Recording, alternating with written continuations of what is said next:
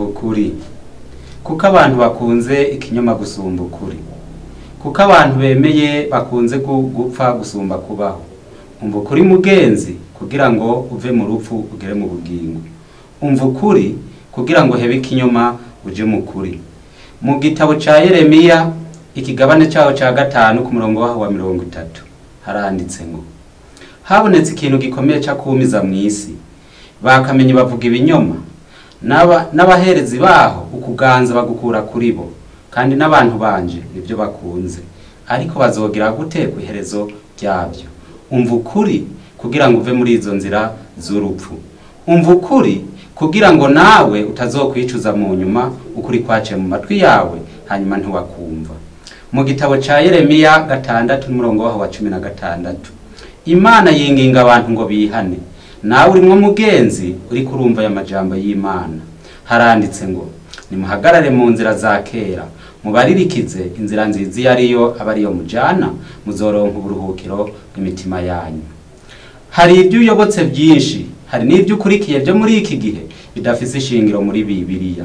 Erega ivyanditswe vyera, ijambo ry'Imana ryo Bibiliya niryo rishobora kwereka umuntu ahari guca hariho imyizerere ashobora gukurikira. Ukuri kwanditse muri ico gitabo wamugendana, muri ico gitabo bama bagusomera, ariko birasaba ngo wumvire amajambo y'Imana yanditse muri ico gitabo.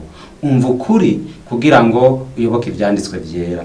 Mu gitabo ca Yesaya ikigabane cyaho ca 30 ku murongo waho w'icenda haranditse ngo kuko ari ubwoko bw'ibigaba, abana babesha, abana banka kumva ibyagezwe by'Uhoraho, babarira bakamenyi bati ntimutubarire ntimutumenyere, babwira naberekwa bati ntimwerekwe iby'ukuri, ariko mutubarire ibyoroshe, muvugishwe iby'ibinyoma. Ngaho mugenzi, nawe ni wumve ureke gukurikira ibinyoma ahubwo ukurikira ukuri. Pawulo ayobowe n'Umwuka Wera yandikiye Timoteyo mu kigabane cyaho ca Timoteyo wa 2 igice cyaho ca 4 umurongo waho wa 2 ngo uvuge ukuri, uhora ugavye mu gihe gikwiye no mu kidakwiye, uhane wihanize, uhanure mu kwihangana kose, ngo kuko igihe kizoza batazokwemera kumva kuzima, kuko amatwi abarya yanka kumva ukuri. Nawe mugenzi wawe uri muri abo banka kumva ukuri, uyu munsi Imana iragusaba kugira ngo wumve ukuri. Uyu munsi Imana iragusaba kugira ngo ukurikire imyizerere yawe, umenye ko ikomoka mu ijambo ry'Imana. Hari byinshi byanditse muri ico gitabo bituma abantu batumva ukuri.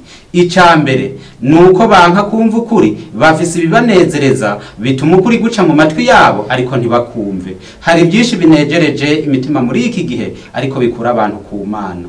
Mugenzi nkunda, uyu munsi nurabe neza ivyo bitwaye umutima wawe, aho waziritse ukwizera kwawe yuko ari mu ijambo ry'Imana. Haranditse ngo ivyo abantu bakunze bizotuma biziba amatwi banke kumva ukuri, hanyuma bazokurikira imigani y'ibinyoma, ico bazosanga barasaruye no kuzimira. Mugenzi nkunda, uyu munsi ni wawe udashaka kuzimira, kurikira Bibiliya kuko ariyo iri mu ijambo ry'ukuri. Mu gitabo ca Yohana ikigabane cyaho ca 17 umurongo waho wa 17 haranditse ngo beze mukuri, ijambo ryawe niryo kuri. Ibyo bakubwira byose yuko ukurikiye, ibinyoma byose nibihimbano abana b'abantu bazanye, nta kindi ushobora kubisuzumisha atari ivyanditswe byera, ariko kuri kwanditse muri ico gitabo ca Yohana. Umva ukuri rero nawe uve mu binyoma hanyuma ugere mu kuri.